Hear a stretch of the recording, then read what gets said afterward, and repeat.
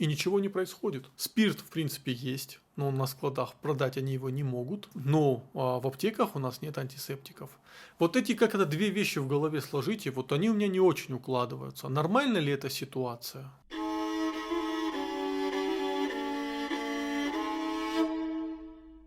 Добрый день, дорогие зрители. И сегодня я хотел бы поговорить о коронавирусе и спирте.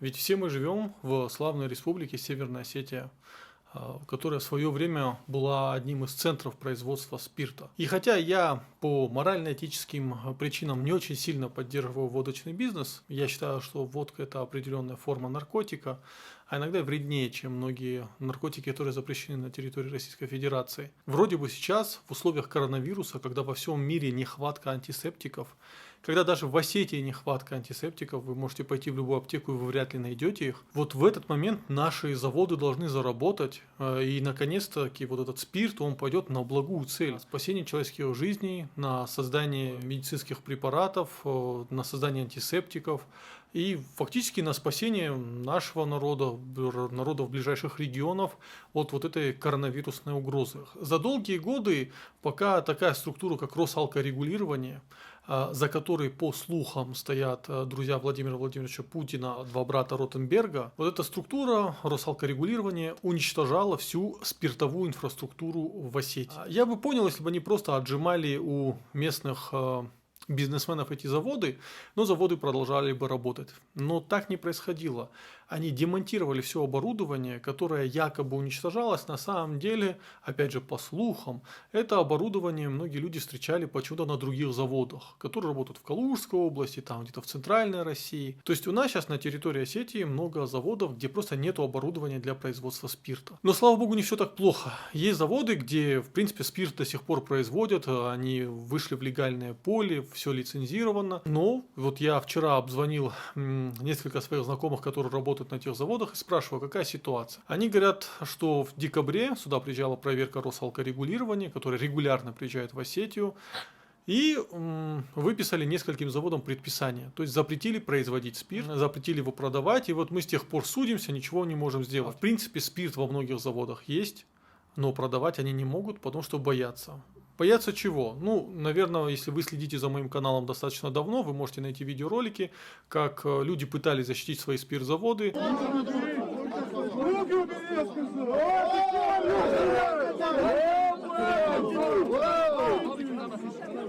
Ничего не получалось, приходил спецназ, ну, то есть Росалкорегулирование под прикрытием силовиков просто приходили и спиливали все оборудование. Я вас понимаю. Нельзя, этим нельзя, этим нельзя, этим нельзя. Получается, должны ноги видеть здесь.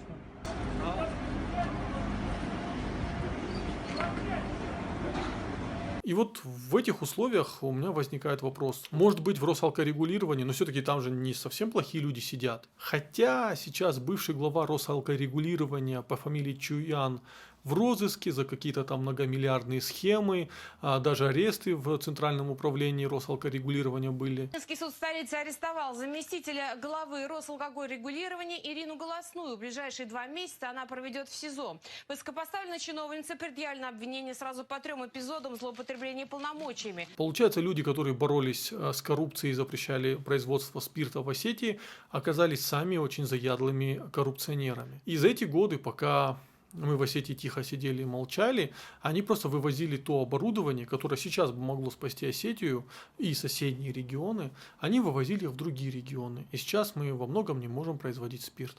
Ну ладно, остались спиртзаводы, которые могут производить спирт, но они стоят.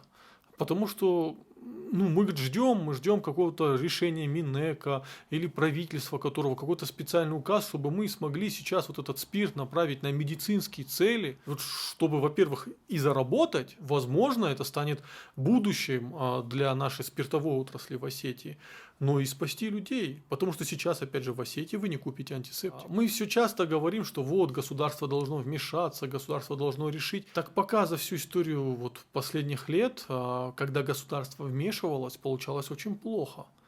Государство вмешивалось и уничтожало целые отрасли экономики, в том числе в нашей маленькой республике. Такая же ситуация в Кабардино-Балкарии. Там тоже была очень развитая спиртовая отрасль, от нее осталась лишь вот маленькая часть.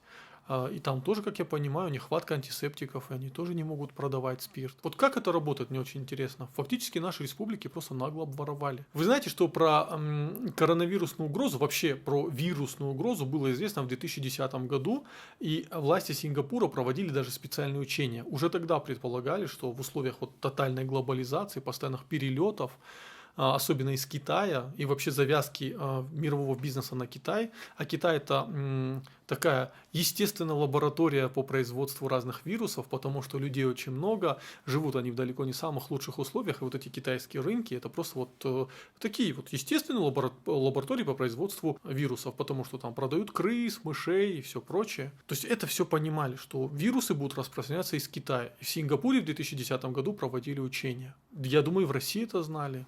Я думаю, и в Осетии, наверное, об этом знали. Но никто не подумал, что спирт может вот так нам помочь в нужную, в такую вот в кризисную ситуацию, что это на самом деле стратегический ресурс, которого нас лишили. Что могли бы сделать власти нашей республики? Ну, ладно, что в прошлом, то в прошлом. Ну, отжали у нас спирт, вывезли с завода, распилили. Что-то оставили, мы тут, правда, не очень хорошо после этих времен справляемся с экономикой региона проблемы. Ну, ладно, это в прошлом.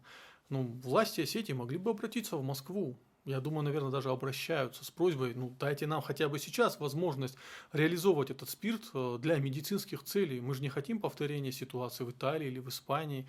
Извините меня, у нас проблемы с масками, с костюмами защиты. Ну, давайте хотя бы с антисептиками у нас проблем не будет. Мы сейчас похожи на людей, которые около водопоя от жажды погибают. Не весело.